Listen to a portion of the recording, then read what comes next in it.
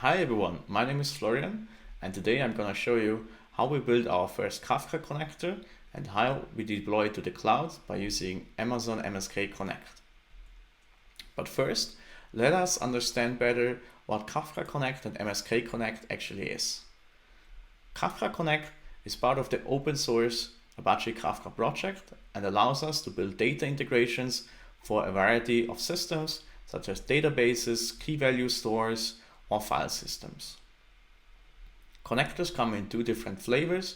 They can either be a source connector, which allow us to read records from a source like a database and store them into the Kafka cluster, or as a sink connector, which allows us to read records from our Kafka cluster and store them in the external system like a search index or a file system.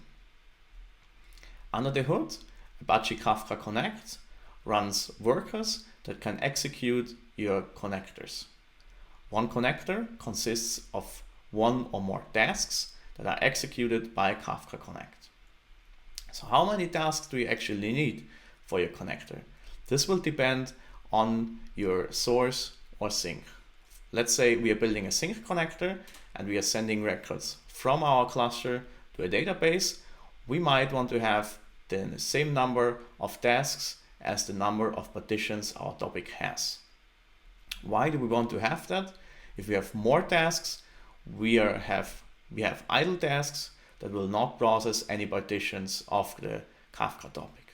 If we have less, this might be an option here, but if we have very high throughput, the consumer that is running in Kafka Connect, our connector, might not be able to keep up with the ingest of the data.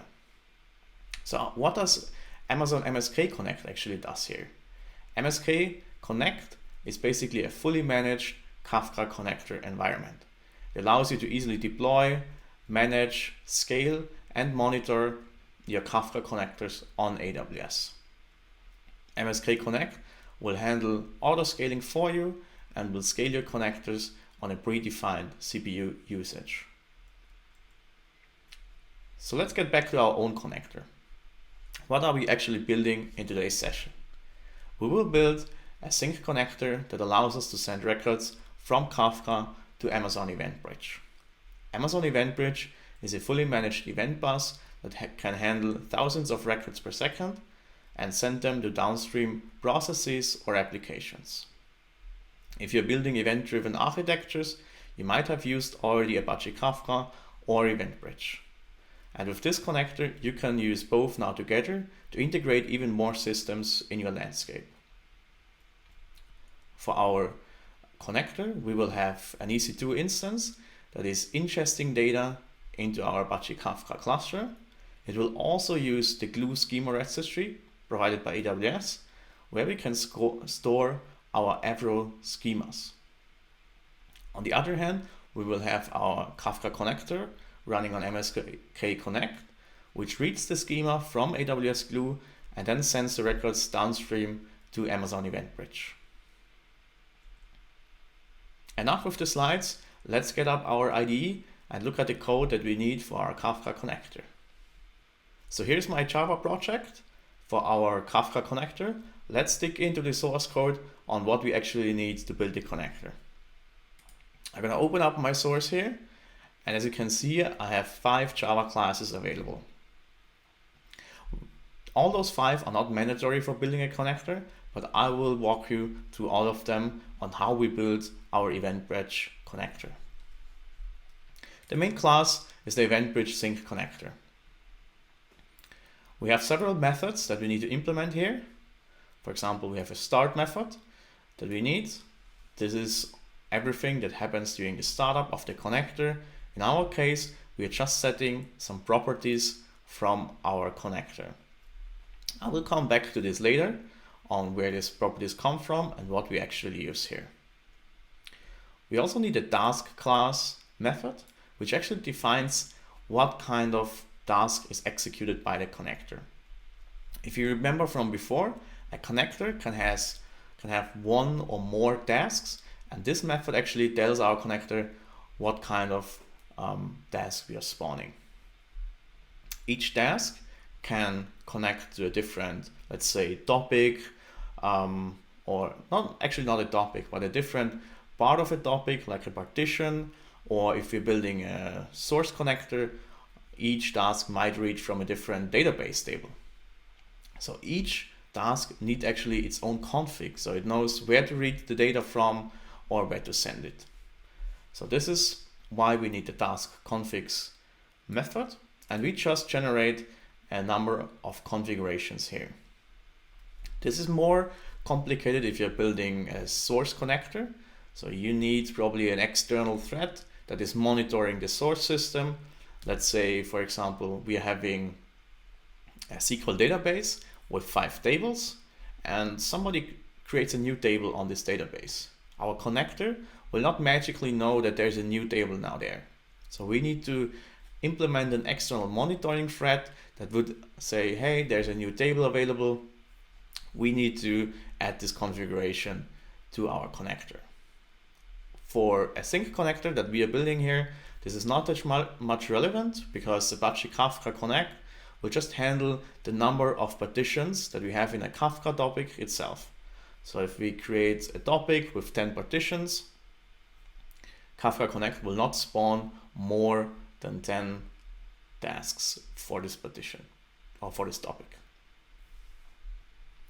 We also have a config method. This returns our config for the connector. We also have a version method implemented. It actually gives us right now the Apache Kafka version, but we can also implement our logic to have a representation of a versioning from our connector. We also have a stop method. We don't need any implementation here, but if you implement this partition checker or monitoring thread I mentioned before, you need to stop this external thread here. So this is our basic connector class. Let's look at the config in more detail that we are providing. So we are defining actually 2 config parameters. One is for the event bus ARN. ARN stands for Amazon resource name. So this is a unique ID that identifies your event bus. We will need this so we know where to send our records to. And we will also need an AWS regions parameter, so we know which AWS region our event bus is in. Those are currently the only 2 parameters that we are using. So we are adding those to our configuration. Those are from type string. We can also use other types like integer, or even more complex data types like arrays. We can also provide a short description on what this parameter means.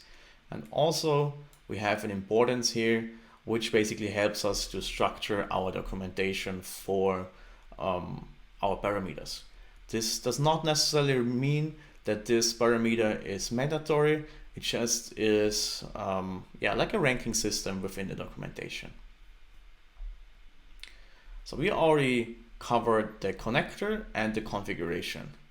So let's see what our task is actually doing, which sends the records from Kafka Connect to our Amazon Event Bridge. So during the startup, we have a start method, which is doing all the stuff. We receive the configuration, the task configuration, and we instantiate a new class called Event Bridge Writer. As you can see, we have that already on the left here. So this is a class that we wrote, which will then get instantiated. We also have a record reporter. I will come back to later what this actually does. Next, we have the put method. So this is basically one of the most important methods that we're implementing. Right now, all the records that are received from Apache Kafka are handled by Kafka Connect and sent to this put method. And this method actually defines what happens to our records and where and how do they end up in our destination. So for this method, we receive a collection of sync records. And in our case, we need to prepare them before we can send them to our destination system. So we map them to a different class. It's Event Bridge Writer record. It's not too much relevance what's in there. It's basically just a very small kind of a data class that says this is the payload, this is the record, error codes and messaging. So it's just a wrapper around our Kafka records. After we have this list, we will create, we will partition this, or actually it's a collection. We will partition the collection, which then creates a list. We will create lists with a length of 10. We use this for batching. So we send batches of 10 records every time and not every record once. This just reduces the overhead, the number of HTTP requests we're making, and so on. So this increases our throughput from our connector. All right, so in this next step, we are actually handling our records, or actually sending them to EventBridge. As you can see here, we have our list. And we use a flat map operation. So we execute on each item our put items method. So let's switch to our EventBridge writer to see what is going on here. We have a constructor, put items. Here we go. You see, we are logging the size of our list. This is usually 10, but if there is a very low throughput, we might have less records, maybe even 1 if it's very low throughput. So we are creating our records according to the AWS Java SDK. And you can see here, we are calling the create put inventory, create put events entry, which basically creates the Java type for our API call. As you can see, we specify here our event bus as a destination. Our source is just a static name right now. We call it Kafka Connect. Our detail type, which is a kind of a topic we have on Amazon EventBridge. We'll just use also a string, and detail is the actual payload of the record itself. So as you can see here, we're using our data class and just get our record from there. We also have a little helper method here, which is called create JSON payload. So within Kafka, you can use several data formats like JSON, even strings, protobuf, frow, and so on. But we don't want to get in all this serialization and deserialization stuff. So Kafka Connect also handles this for us. This is why we have this Kafka sync record type. As you can see here, we have a sync record type. And this actually gives us the record type independent from the data format that we are using. And from that data format, from sync record, we can actually create our JSON payload. Why is it JSON?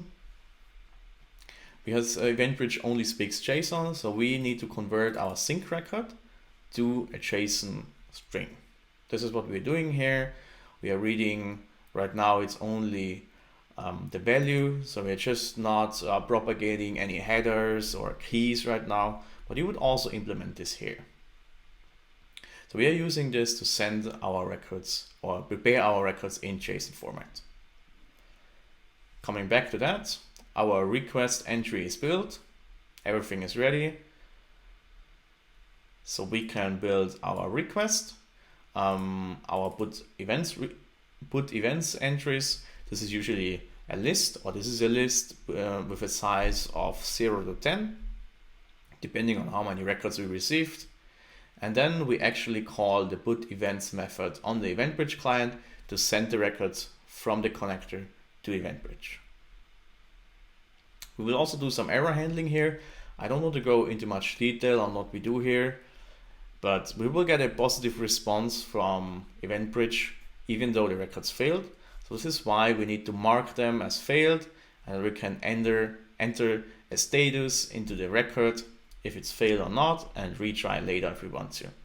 This is a bit more advanced. For your first prototype, you probably don't need that, but for a production ready connector, you would definitely want to implement something like retrying with an exponential backoff or any kind of other strategy to handle failed records.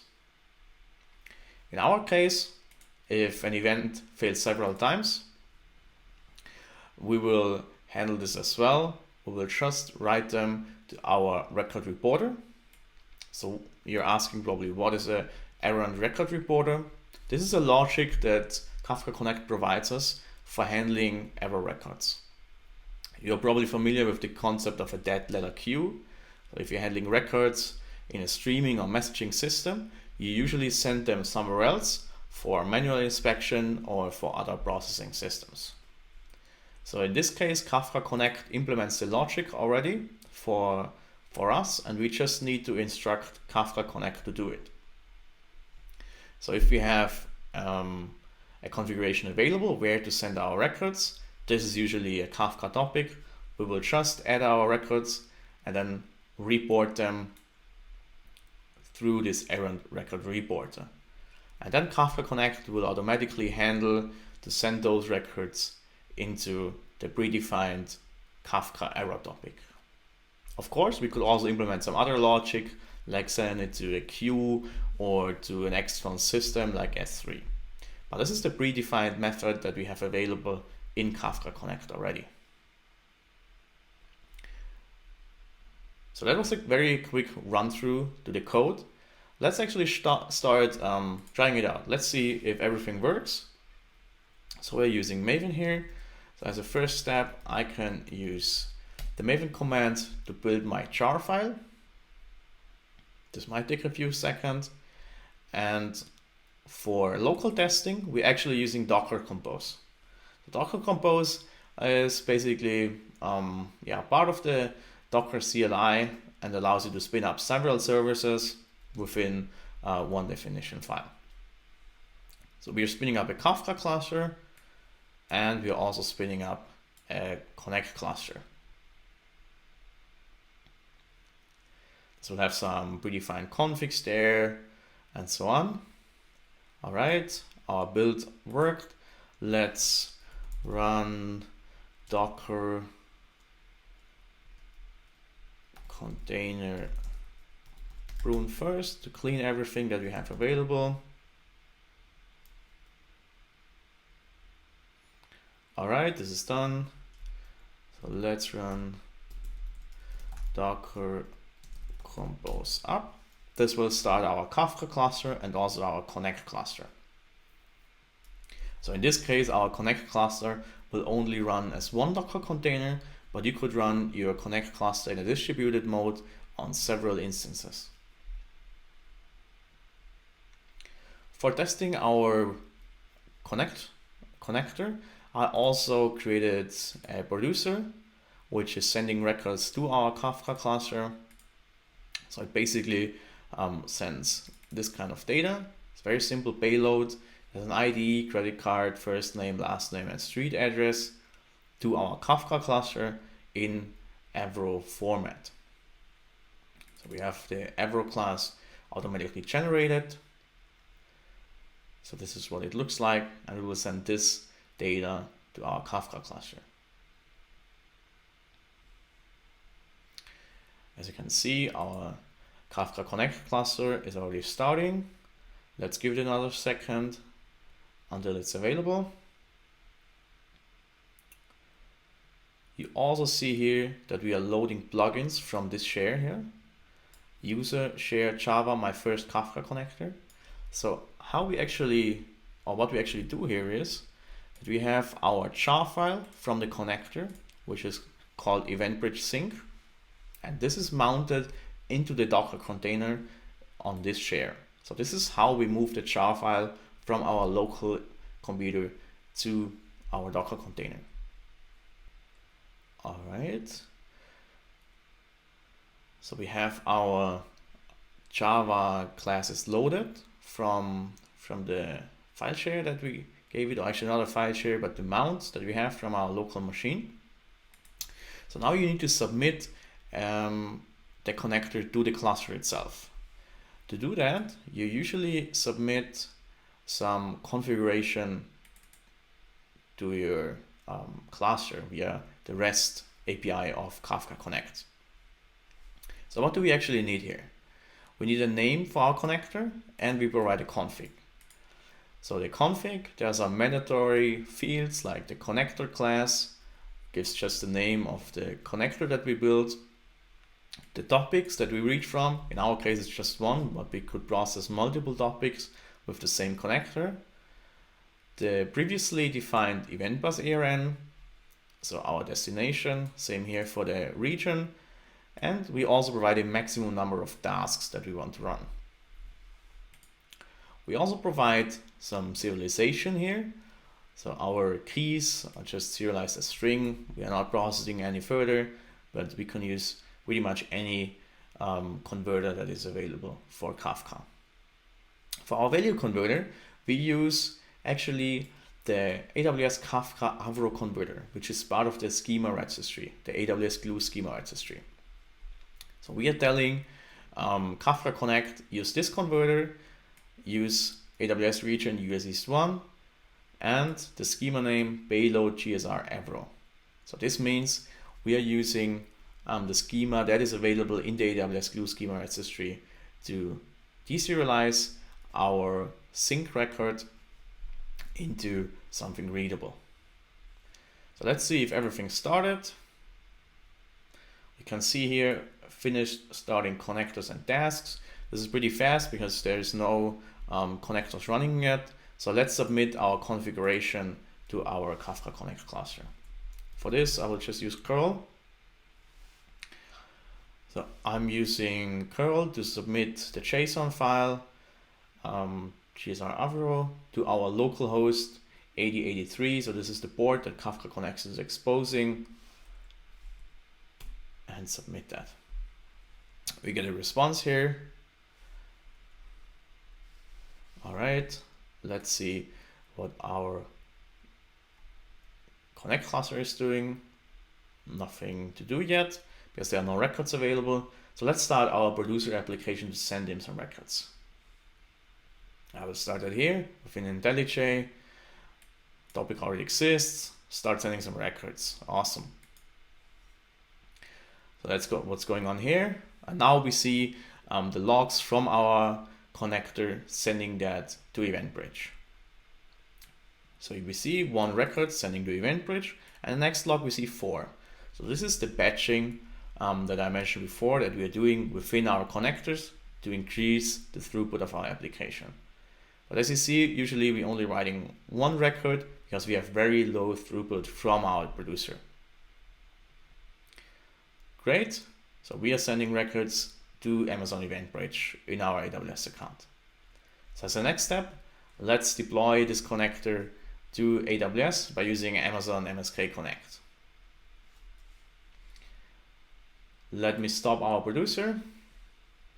I will also stop our Kafka connector and our Kafka cluster. Great, everything stopped. So let's move to the AWS console so we can get started with Amazon MSK Connect.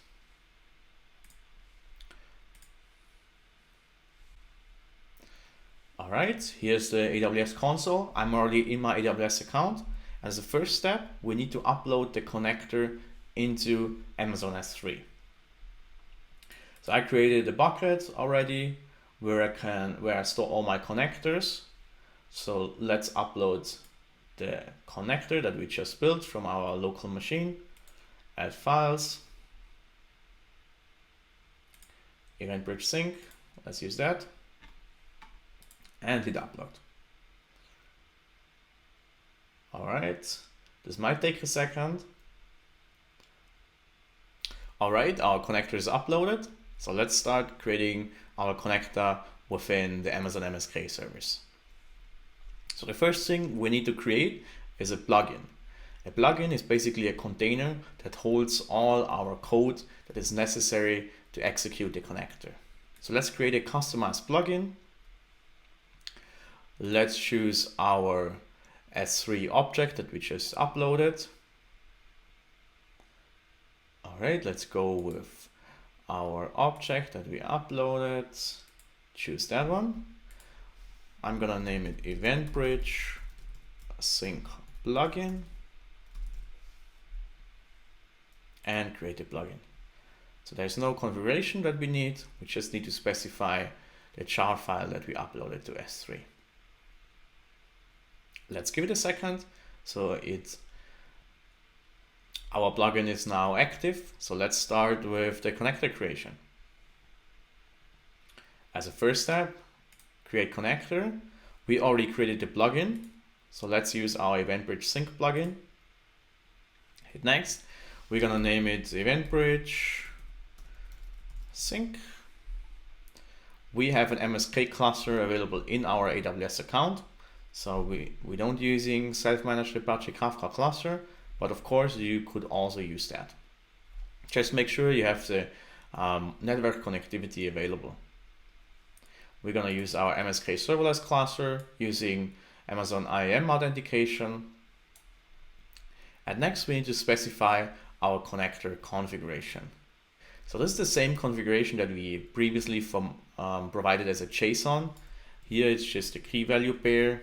So let me just use the same again. We can define our capacity as a next step. We can either use auto-scaled or provisioned. So either MSK Connect will scale your connector based on CPU usage, or we just use the predefined number of CPU. For now, I will go with provisioned. I will use 2 CPUs and 1 worker. So we have 1 instance that is having 2 CPUs. But of course, we could also increase this number if we need more throughput.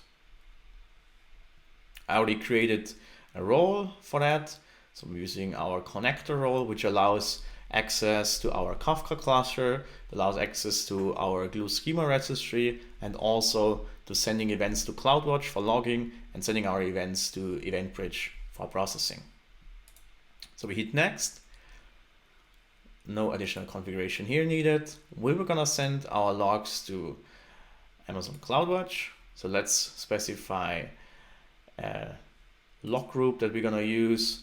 Let's use the log group that I created already. Hit next. We have an overview of our creation, of our configuration, and then we can hit create connector. So our connector is now created. Let's see at the logs what our connector is doing and if everything works as expected. So open up our log group in CloudWatch, and we should see the same log messages that we saw before with the send records to Amazon EventBridge. So let's open our events, and as we can see, we're ingesting now a lot more events than previously. So we see always the writing 10 records to EventBridge log messages. And with that, we are already at the end. We created our first Amazon MSK connector. We built a sync connector to send records from Amazon MSK serverless to Amazon EventBridge. If you followed this tutorial, make sure to clean up any resources in your AWS account. Otherwise, see you at the next session. My name is Florian, and thanks for tuning in.